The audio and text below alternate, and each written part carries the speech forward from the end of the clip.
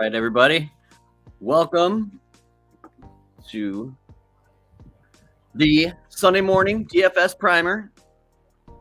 I'm your host with my faithful co-host. This is the Rock Dog here with Andrew Pate Torque Tenderloin. How's it going, sir? Fantastic. Yourself? Pretty good. Pretty good. I can't complain. Hell yeah. Mostly because no one will listen. I'm still getting stuff to get, getting my last minute lineups going and everything. A little distracted, but that's all right. A lot of different. It was great, man. It's beautiful out here. Cooled off a little bit. It's like 60 degrees outside. No wind, no nothing. It's all good. Going back to your point about getting lineups together, man. There's so many different ways to attack this week. I mean, there's a lot of different inactives. There's a lot of. I like the backup quarterbacks and some of their over/under rushing props, for example, that are kind of interesting. But we'll get to that. There is going to be a lot of players this week that are very highly owned, I feel. And I feel like I might own every single one of them, but we'll see. I'm trying. I got something wrong going with my mic. This seems all right. I can hear you all right. All right. Can y'all hear me out there? No one's listening anyway. It doesn't matter. It doesn't matter. We're good. Yeah. All right. So. Yeah. It doesn't, oh well. All right. So.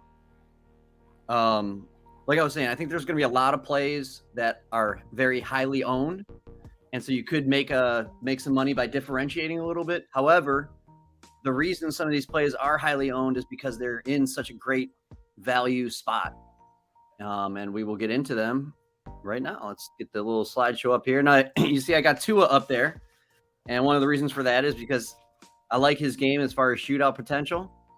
I think he could be the QB1 this week. I think he probably will be, but you got to pay up for him. So we'll just see how that shakes out. He's even ready with the finger pistols, man. He's ready for the shootout gunslinger style. Look at him. Hey, yeah, man. Hey, I'm telling you, let's go. That almost looks like a righty, how a righty would be doing it, but he's a lefty. Maybe it's a long gun. Going back to the records. You're still undefeated on your DK lineups. I pulled to 500 on my picks against the spread. If you had put our lineups in, take all of these together, you'd be 8-3 between the lineups we've given out on stream so far this year. And also, one thing I have to clarify is if you're entering tournaments, like large tournaments with these lineups, that's fine. I encourage you to do that. But when I'm saying did it win or not, I'm talking about a cash game. I'm talking about a double up. I'm talking about if you put it in a cash game, in a double up, you should have made money. Not every single one of those lineups was a tournament, stomper. Were those updated even without the last 2 weeks? Because we weren't here the last 2 weeks. Yes, but these have been updated. I didn't go. You know how usually we go through the picks from the last week. Yeah, I'm not doing this because that would be 3 weeks ago. We'd be going through picks from 3 weeks ago. But I updated that on here. All right, I'm just curious. I could have sworn I got over the hump, over 500. I demand a recount, as a matter of fact, because I was excited that Sunday. Okay, so the only one I got wrong was the Lions, and they should have covered because they were going in and they fumbled or whatever. It doesn't matter. Yeah, but I think you were 2 under 500. But we'll go back and look. We'll figure it out. I didn't start out well. That's for damn sure. I pulled the 500 finally, but somebody's got to represent. As the year goes on, we're gonna end up a lot, well over 500. I got it. For sure. So let's talk about some stacks today. Stack I like the best, and everyone's going to love this stack, is Lions Dolphins. You got Tua, you got Mostert, you've got Waddle, you've got Swift, you've got Amon St. Brown. There's just a lot of value. It's got the highest total of 51.5 points on the board. Two other ones I like are the Saints Raiders stack. Could be a big day for Devontae Adams. It could always be a big day for Devontae Adams. Who knows? You got Jacobs going. Chris Olave is one of my favorite plays this week. And then you got the Cardinals-Vikings stack, and that promises to be an aerial assault. Both of those offenses like to throw the ball, and both of those defenses don't do well covering the pass. And the Cardinals defense is really, really good against the run. So I'm not thinking Dalvin Cook is a good play today. So here are some value plays that I like. Let's talk about Sammy Ehlinger starting over Matt Ryan for the Indianapolis Colts. In Adam Levitan on Twitter tweeted this out. He's got about 137 NFL preseason snaps. So take it with a grain of salt. It is preseason, but that's about the same as 2 games. His rushing line is 17 carries, 126 yards, and a touchdown in those games. He's a quarterback, by the way. And he completed 75% of his passes. He threw five touchdowns and had 147.8 passer rating. And so I got to think this guy is not a scrub. You know, he's got great upside because of his running ability. He's going to run the ball a lot today. And he's cheap as hell on both FanDuel and DraftKings. So a bit of a risk because we've never seen him start a game before in the NFL, just preseason. But his salary is so cheap on both sites. It's worth the risk, I think. Then we've got Garrett Wilson. Why Garrett Wilson? Well, Corey Davis is out today. Who knows what's going on with Elijah Moore? You know, he's I guess he's back, and they had a talk. He had a talk with coach, and he's ready to roll, and he doesn't want to be traded anymore. But we'll see. Last week, Garrett Wilson ran a route on every single drop back that every time, put it this way, every time Zach Wilson dropped back, Garrett Wilson ran a route, and he had a 29.4% target share, which is pretty good. His matchup's actually better this week than last week. So Jacob Gibbs on Twitter considers that this could be his coming out party. I thought his coming out party game was against the Browns when they whipped us earlier this year, but I guess maybe he's due for another one. I like Michael Carter. I don't think that they brought James Robinson in to take over as the every down back. I think Carter's salary is reasonable. I think Carter does have a lot of talent. Breece Hall was clearly a little better, but I don't think you're going to see a lot of James Robinson today. I really don't for the Jets. I think they're going to give the ball to Carter, let him be the feature back. Robinson will come in and spell him every once in a while, but I think for now it's going to be Carter 1, Robinson 2. DJ Moore is a guy I really like this week. Him and PJ Walker certainly have developed great chemistry. PJ Walker, I was kind of hard on him. He's playing a lot better than I gave him credit for. He's made some great throws. DJ Moore has been running a lot of routes, getting a lot of targets. I just think his salary is way down. We know DJ Moore is a really good player. We know if he gets targets, he's going to produce.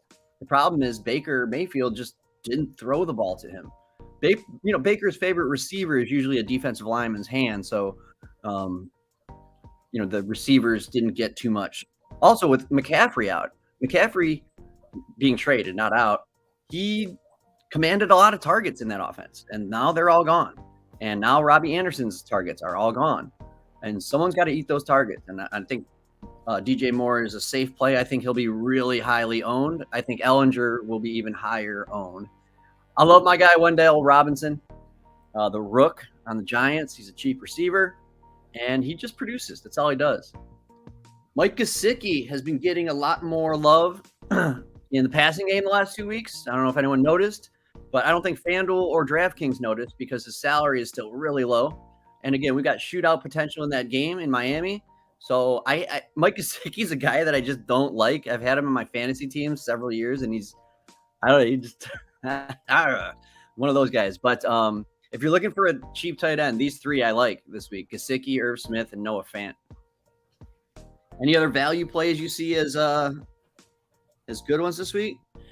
I like Michael Gallup personally. Noah Brown is out today, and I think that it's Gallup's, he's going to have a breakout game at some point. I don't know. Maybe it's more of a dart throw than anything, but I like, especially with Noah Brown being out, for Dak to look for Mr. Gallup a little bit more. I like DJ Moore too, kind of to add on to what you said. He's in a really good spot against Atlanta because they're dead last as far as most fantasy points given up to wide receiver. So right. That's always a plus. To add on to Mike Gesicki, seven or more targets. I think it's 7 targets each in the last 2 games. Yep. So, I like what's going on here. The Ellinger thing, I'm riding out with him. He's in my DraftKings lineup because he's $4,000 for crying out loud. Exactly. But I mean, Sammy the Bull, I like him. He's got great numbers preseason, but it could also, as you said, it's a little bit of a risk because Washington has got a pretty good defense, and it could be Mr. Reich's last gasp as far as Matt Ryan wasn't getting it done, so let's go with the rookie. And not as much as I love my guy from UT, not a first round rookie. I mean, like he's it's a coin flip as far as how well he does, but I'm willing to take the risk. Tom Brady. Tom Brady was a 7th round pick. Yeah, no, the gunslinger is going to be out there. One thing I did read about Washington's defense, because they do have an above average D and they do have a great pass rush. I mean, they can get pressure with their front 7 very easily, front 4. But they are vulnerable to the deep ball, and Sammy likes to sling it. He can throw it. And coach, whatever his friggin' name is, he said that we're going to be aggressive, And if you roster a guy at that price and he runs for like 65 yards and a touchdown, like you're fine. You're okay because you can spend your salary elsewhere. His over-under was like 38.5 yards rushing. Bang that over. And that's I was looking at Justin Fields as well against the Cowboys, and it got bumped up to like 49.5 rushing yards. The thought being some of it by design, but also some of him just running for his life because he's gonna yeah. You'll see how I feel about that on the guys I hate list. Here are the guys I love this week. Good segue. I love the Dolphins stacks, Tua, Hill, Waddle. You could run it back with St. Brown or even Swift. But again, these guys are going to be very highly owned this week. They're in a smash spot. I like Kyler Murray this week. I should have put Cousins in there too. I just see a lot of passing in that Arizona Vikings game. Kamara is a guy who's like the last few weeks has been back to his old self, but people haven't really noticed yet. They're going to need to rely on him. You've got the Red Rocket starting at quarterback. That's never a good thing, at least in my view. I mean, maybe 10 years ago that was okay, but now it's just a recipe for disaster. So they got to keep, things somewhat conservative. Kenneth Walker, this guy's just balling out every week. He's a really good runner. He was a great runner in college, and he's just continued it with Seattle. His salary has come up, so he's no longer a value play. But I would roster him without any thought. We've got Raheem. Do we like ketchup? No, we like the Mostert. He's been getting Chase Edmonds is like an afterthought now. Mostert's the guy. Again, high scoring game. If they get a big lead in this game, they could lean on him in the run game. Chris Olave, man, this guy's like, if you want to call him next gen stats, they're just off the charts. Average route depth this year. Olave has an 11.9 yard average depth. Tyreek Hill's is only 7.5. I'm on St. Brown's as 5.5. Average depth of target. Olave is 14.5 yards. Tyreek Hill's only 10 yards. This guy gets downfield and he gets targeted downfield a lot. My concern with him is injury. He's a little guy. He's already been banged up. He took a shot to the head last week. I thought he was going to be out, but he's back. But Olave is just a fun player to watch. The problem with Olave, we've already talked about it. Andy Dalton, the Red Rocket. That guy can fire off interceptions like nobody's business. And the hard part is if you pull him, you put Winston in, and that's not exactly a cure for interceptions. All right. Love Justin Jefferson this week. I love Justin Jefferson every week, but when he's in a potential shootout against Arizona, who stops the run really well, and Kirk Cousins is going to have to let it fly. Love him. Love George Kittle's stats when Debo is not on the field. Debo is out today. If you missed that, take him out of your lineup. 27 games over the past 3 seasons that Debo and Kittle have played together. Debo has sat out or played under 35% of the team snaps in 6 of Kittle's 27 games. In games with Debo, Kittle averages 12.5 fantasy points. Without Debo, Kittle averages 20 fantasy points a game. So a small sample size, but apparently when Garoppolo needs someone to lean on and Debo's not there, he's looking at Kittle. Obviously, Ayuk should get a bump today too.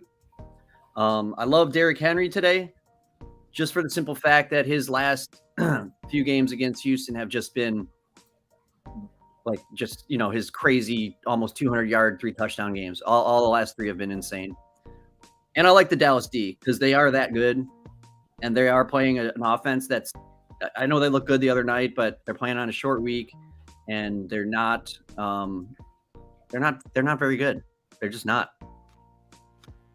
So that's what I got. Any other guys you missed that you think you love this week? No, got a few of those guys in my lineup for sure. He's on the list. I didn't mention Tony Pollard because Zeke is out. If you missed that, yeah, Tony Pollard. I mean, like, and that's the thing is like he's not necessarily just a complimentary back. I mean, he can definitely handle the workload and has done it before. That's another guy who everyone's going to be on though. Yeah, I mean, a lot of those guys are going to be highly owned. Deontay Foreman is a guy that I think has a really good shot, especially with Chuma Hubbard out. The over under, if you're looking to bet player props, is 68.5 rushing yards for him, which I think is a decent bet. Now there's the other guy in Carolina, Blackshear. We got him off the Bills practice squad. Mm-hmm. He flashed in the preseason. He was an undrafted rookie, undrafted free agent. And they said they are going to get him more involved this week. So just look out for that. He, from what I can tell, like he passes the eye test, this Blackshear guy. He can catch the ball and he can run really well. I think Foreman's still the guy, but just, if you're in a fantasy league and, a deep sleeper pickup, this Blackshear guy, he could be legit. Deep sleeper. Don't come in and rain on my UT parade over here. I like Ellinger. I like Deontay Foreman. We don't have as many players in the league as Ohio State. So I mean, just let me have that, please. Here's a stat for you, Tyreek Hill. He averages 33 fantasy points a game if he's targeted 12 times or more. God. And he's been targeted 12 times in 5 games this year. So I think there's going to be a lot of targets going his way today, a lot. So, again, Tyreek Hill, again, everyone's going to be on him, but that doesn't mean you shouldn't play him. I hope you're right because, I mean, we talked about it. I'm all over the over on that game, which I think is like 51.5 or 52. Yeah. But easy, hopefully. And one guy I couldn't put on this list, I love him, but his salary's a little too high. Well, here's a stat for you. I like this one. Throughout NFL history, there was 11 running backs to score 30-plus fantasy points in 3 straight games. That list has some legends on it. Devontae Foreman, Larry Johnson, David Johnson, Chris Johnson, Terrell Davis, Priest Holmes, Todd Gurley, Le'Veon Bell, Marshall Faulk, Barry Sanders, and LaDainian Tomlinson. And you know who became the 12th guy to do that last week? Josh motherfucking Jacobs. Yep. 12th player in NFL history. He's on fire. And the thing is, in like fantasy drafts this year, this guy was like a 7th round pick, 6th, 7th round pick. Nobody thought Josh Jacobs was coming back this year as the Josh Jacobs. People thought this guy was washed. They thought they'll be throwing the ball with Devontae Adams, and he has just been balling out. His salary is just a little too much for me to trust. Is it a contract year for him or something? Did I miss that? You would think so, right? You would, by the way he's playing, you would think it's a contract year. I'm not sure. Or maybe it was a little Gruden hangover. Could be. I don't know. Yeah. Maybe he loves McDaniels. Like the first guy ever, but maybe. Guys I hate this week. I hate all the Bears. Yeah. Why? Because they're playing Dallas. Don't roster people against Dallas. Don't roster people against the Bills. It's pretty simple. I don't like James Robinson. I don't think people are talking him up like he's going to be like the lead back after just getting traded to the Jets this week. That's not going to happen this week, and it might not happen over the next several weeks. Some of the stats I read about him and his overall speed and some of his breaking tackling stats, it's like he's really, really fallen off this year. I think Jacksonville was happy to get rid of him. They want to focus on ETN, and then they have Hasty, who's another good back that they like. CMC, I talk about this a lot. I got to see it first. I still haven't seen the CMC of the past this year once. He's had some really good games. He hasn't had like the McCaffrey games. Now he's in San Francisco, where he should dominate. All signs are pointing to the fact that they're within that system. He should dominate, but I haven't seen it yet. And for his price, I don't want to roster it till I see it. Pitts in London, their salaries have been plummeting. People love to talk about Pitts and his targets, man. And I have done it before. And a lot of people are back on Pitts because, did you see he had 8 targets last week? Well, that's great, but he only caught like 3, so it doesn't matter. His route trees are great. His percent of time on the field is great. Target share, great. Fantasy score, just never that great. He's hampered by the fact that Marcus Mariota is a college quarterback. He likes to run, and he's not a very good passer. And that's the same for Drake London. I feel bad for him because he clearly has talent. But until they get Ritter in there, I think both of them are going to continue to struggle. So disappointing. Yeah, it is. It is. Ritter's a guy I might start picking up some Rainmakers on. He's probably super cheap there, and I just don't see Mariota making it through the whole year. They just keep winning. That's the problem for Ritter is Mariota keeps winning even though he's playing like garbage. And then Jamal Williams, because Swift is back this week, and we know that when Swift is there, he's the guy. Jamal Williams is the vulture. So I don't like rostering Jamal Williams this week. Swift didn't have any injury designation, so I don't think he's going to be on a snap count or anything like that. All right, here's my FanDuel lineup of the week. We'll go through this quick. We got the gunslinger, Ellinger, $6,000. I mean, if you look, besides my tight end and my defense, he's my cheapest player. And if you can get a quarterback at that value, sometimes you just take it. I love Kamara, love Carter, Tyreek Hill, shootout game, Justin Jefferson. So you know, rostering Ellinger allows me to get Kamara and Tyreek Hill and Justin Jefferson. DJ Moore, we talked about. Noah Fant. That's a potential shootout game, maybe Seattle and New York. There is expected to be some rain in that game, though, especially around second quarter. Perhaps some big rain. Not a lot of wind though. Love Tony Pollard, and then the Eagles D going up against Pittsburgh. Sometimes I just look through the defense and I say, all right, who's playing a rookie quarterback? Kenny Pickett. All right, word. So I got the Eagles. DraftKings, I like Tua. I had to put Tua in one lineup. Tony Pollard, Kenneth Walker, DJ Moore, incredible value. Olave is still not priced high enough for his talent. I'm pivoting away from Tyreek Hill and going with Jalen Waddle for the savings and for the fact that it'll probably be less owned. We talked about Gesicki. I have no issue rostering Waddle and Tua and Gesicki all on the same team in this game. Gesicki's only $3,800, so if he scores once, I'm good. I love Dameon Pierce. This guy's just a good runner. He's just one of those guys that he's borderline matchup proof. It doesn't matter who they're playing. They're going to lean on him. He's going to produce. And then the Patriots defense, just fit salary-wise. Nothing really to explain about that. Belichick got his ass kicked last week. He's going to be pissed. And we got a lot of same guys here. Yeah, you get out of my head with that Philly defense call. There you go. Mr. Ellinger, like him. Just look at what he affords me the opportunity to do in the rest of this stuff. Love the matchup with Mostert, Mr. Foreman, mini UT stack there. Chris Olave, they've got no wide receivers. All the reasons you mentioned about Mr. Olave. Thomas out, Landry's out again. Yep. DeAndre Hopkins shootout game. How many targets did he have last week? He first game back, he went off. 14 targets, 10 catches. Yeah, he looked good. Sheesh. Like Zach Ertz from that same game at tight end, just from a target standpoint, I feel like he bounces back after a dud last week. Mr. Moore, as you said, him and PJ Walker in the Atlanta matchup is pretty awesome. And then Alvin Kamara, as you said, who's been quietly the last couple of weeks getting back to himself. And once again, no wide receivers. They're going to lean on Olave. They're going to feed him the ball. And so hopefully that pans out. I like it.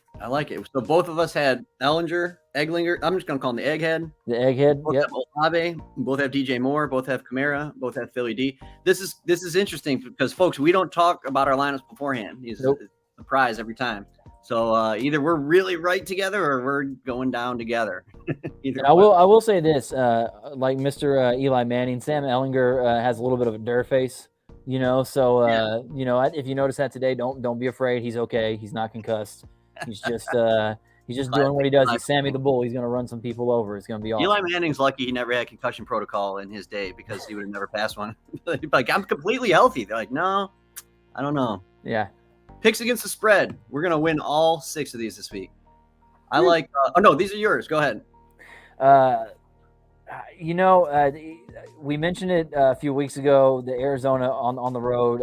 Mr. Kingsbury is 19-8-1 against the spread, his career as a road dog. He's also over 2 or 3 games over 500 just straight up. Kyler Murray, 13-4-1 against the spread as a road dog, and he's also a game or 2 over 500 straight up. So I like them to at least cover 4 against the Vikings. Double dipped in the Detroit game. Like them to bounce back after last week. And then they're at home. They always play a little bit better at home. Hopefully they can cover the 4. I've seen it go from, it was like 3.5 to now 4, and I'll take it at 4 for sure. and I like the over in that game. There's an average of 72 points being scored in games at Ford Field this year. Jared Goff plays better there. He's probably going to throw a couple of picks, but whatever. Hopefully they turn into touchdowns for the Dolphins. And so I like the over 52 there. That game could go over 70. Very easily. And something that's not on there, and we talked about it very briefly, just the first thing is that it makes absolutely no sense with the Packers plus 10.5. I like maybe Aaron Jones to have a big game there. Aaron Rodgers, who I think has checked out this year, is got something to prove, maybe a little chip on the shoulder to prove to everybody that he can still do it against Buffalo, who he probably thinks is the best team. And once again, other than it makes absolutely no sense whatsoever to take Green Bay in the points, I'm going to take Green Bay in the points. But I don't recommend that you do that. Not financial advice for sure. NFA. Yes. All right. I bet the Raiders almost every week. Yes. But I like them. I like them -1.5 against the Saints today. The Raiders are steadily improving. The Saints are just banged up, and I'll bet against Andy Dalton every day, every time, 10 times out of 10.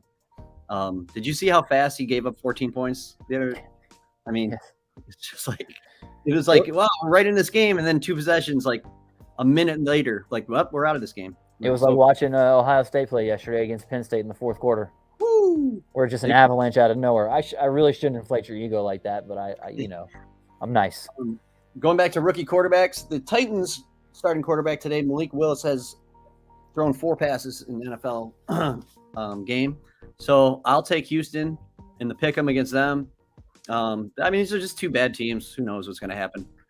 I like Carolina versus Atlanta because I think Atlanta is just kind of a what's the word for like fool's gold or something like that? Paper champion. I just don't think they win games, but they're just not very good. They struggle against the pass. I think DJ Moore is going to have a huge game, and they're getting 4, so I will take that. After that shocking win they had last week against who did we beat last week? The Niners? Yeah. No. Man, I'm blanking on that. Shoot. Ram? I forget. Anyways, Panthers are getting scrappy now that they got rid of Rule. And I guess Wilkes is a pretty good coach. Who knows? He was Browns coach for a little bit. But look, it's 12-37, and I've got like 6 more lineups to put in. So I think this is going to be it, folks. Thanks for joining us. Remember, these picks are all guaranteed to win you money or push or lose you money. That's the guarantee. We bring it every week. See you next week at 12:30. Pate, any last parting shots? No, appreciate it. Always a good time, and hope everybody has a great rest of the day. All right, man. Peace out, man. Peace.